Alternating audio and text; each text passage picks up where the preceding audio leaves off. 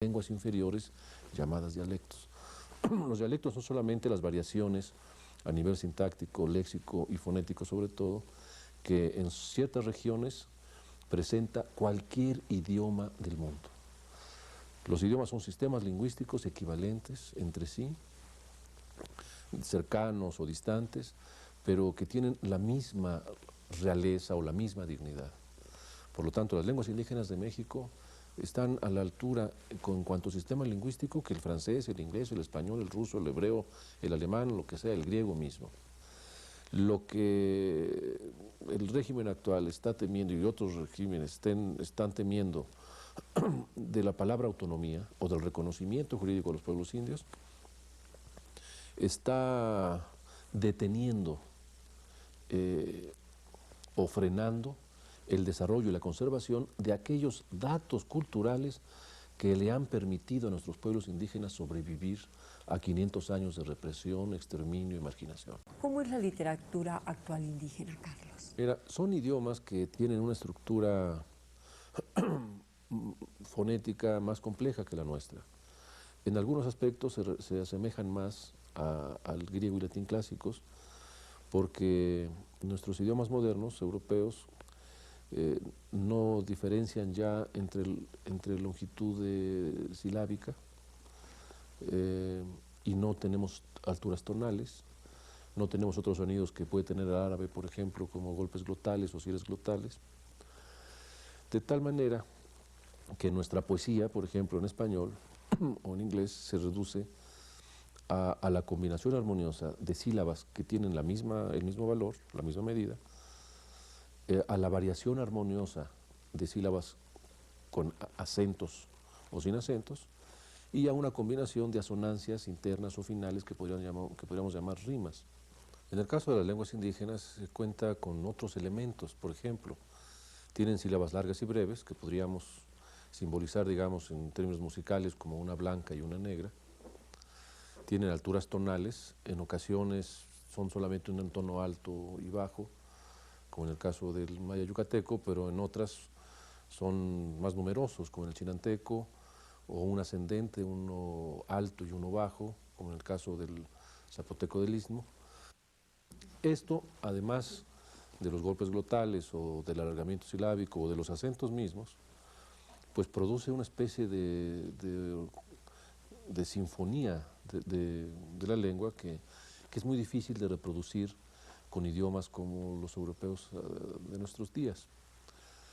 Ahora hay una tradición muy fuerte de poesía y de discurso ceremonial que sin duda contienen los vestigios más antiguos del arte, de la composición en las lenguas indígenas de México.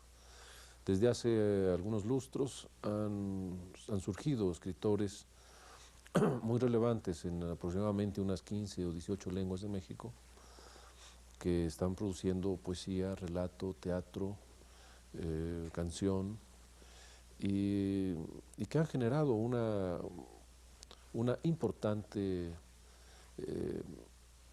producción de revistas, de diarios, de colecciones editoriales incluso, ya a nivel regional, ya a nivel nacional.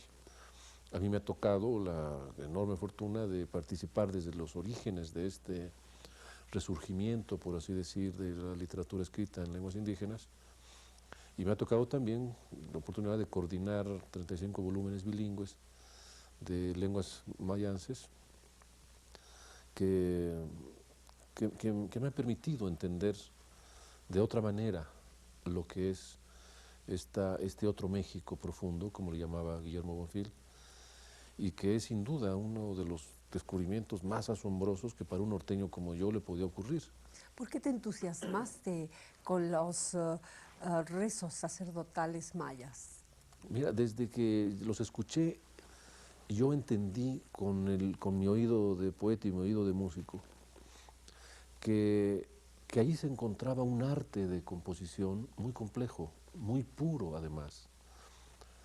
Ya después, con mi amigo Francisco Núñez, he podido comprobar que las alturas, no tonales, sino las alturas musicales, las alturas de nota musical, están en efecto en la pentafonía clásica o típica de lo que conocemos como música prehispánica.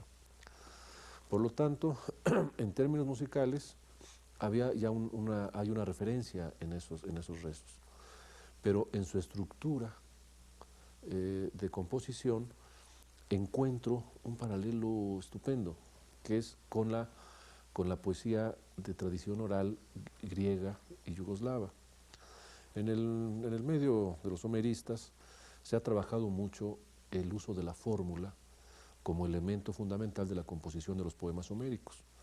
A menudo se nos olvida que los grandes poemas de la Ilíada y la Odisea son obras compuestas antes de la invención del alfabeto. Por lo tanto, estamos hablando de obras compuestas o nacidas en medio de pueblos ágrafos.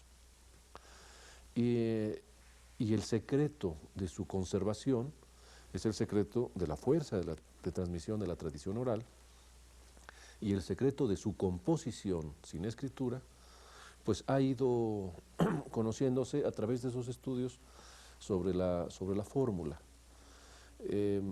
Ha habido investigadores alemanes, norteamericanos, ingleses, italianos que han trabajado muy a fondo esto, y lo que he hecho yo es tomar esos mismos estudios sobre la fórmula en Homero, por ejemplo, y pasarla a los estudios de los rezos sacerdotales mayas. Y por supuesto, el arte de composición es el mismo. Y esta construcción que encontré en mis estudios sobre el arte del verso homérico y la fórmula, es lo mismo que encuentro entre los sacerdotes mayas tradicionales, que ellos le llaman en singular Jmen y en plural Jmenov, que significa el que sabe. Esta es una señal, pues una estructura de una composición muy compleja, y que es una huella, un eco, una voz que nos está llamando desde épocas inmemoriales, o al menos antes de que por estas tierras empezara a hablar español. ¿Qué lugar ocupa la guerrilla Lucio Cabañas que tú tratas en tu novela Guerra en el Paraíso? ¿Qué lugar ocupa en la larga historia de las rebeliones agrarias que se remontan a los tiempos de la colonia española? México es un país muy valiente, muy heroico y de mucha resistencia. Y particularmente la lucha de Lucio Cabañas se localiza en uno de los enclaves históricamente más heroicos de México. En la misma sierra de Guerrero, en la misma sierra donde se atrincheró Lucio Cabañas, se luchó también Vicente Guerrero durante la Guerra de Independencia, luchó también Juan Álvarez durante la invasión francesa, durante la ocupación francesa, y por supuesto el abuelo de Lucio Cabañas también dirigió la resistencia zapatista durante los gobiernos de Porfirio Díaz, de Madero, de Victoriano Huerta y de Carranza.